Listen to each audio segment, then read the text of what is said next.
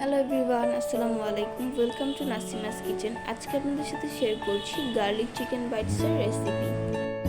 এই জন্য প্রথমেই একটা বলে নিয়ে নিচ্ছি 2 cup boneless chicken, 1 tablespoon black pepper powder, স্বাদমতো লবণ, 1 টিস্পুন মরিচের গুঁড়ো এবং 1 টেবিল স্পুন লেবুর রস। এবার সব কিছু একসঙ্গে মেখে 20 মিনিটের জন্য ম্যারিনেট করে রাখছি। এরপর একটা বলে নিয়ে নিচ্ছি 1/4 কাপ কর্নফ্লাওয়ার এবং 1/2 কাপ ময়দা। এবার স্বাদমতো লবণ এবং 1 টিস্পুন মরিচের গুঁড়ো অ্যাড করে মিশিয়ে নিচ্ছি। এবার সেই ম্যারিনেট করে রাখা চিকেনটা ময়দাতে কোট করে নিচ্ছি।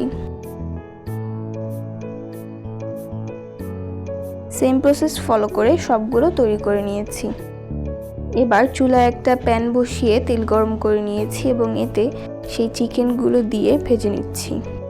ভাজা হয়ে গেলে অন্য একটা প্যানে সেই ভাজা তেল থেকে 2 টেবিল স্পুন তেল নিয়েছি এবং এতে দিয়ে দিয়েছি 2 টেবিল স্পুন রসুন কুচি। এরপর দিয়ে দিয়েছি স্বাদমতো chilli flakes, 1 cup tomato sauce. এবার দিয়েছি 2 টেবিল স্পুন সয়া সস। এরপর সব কিছু একসঙ্গে নেড়েচেড়ে মিশিয়ে নিচ্ছি।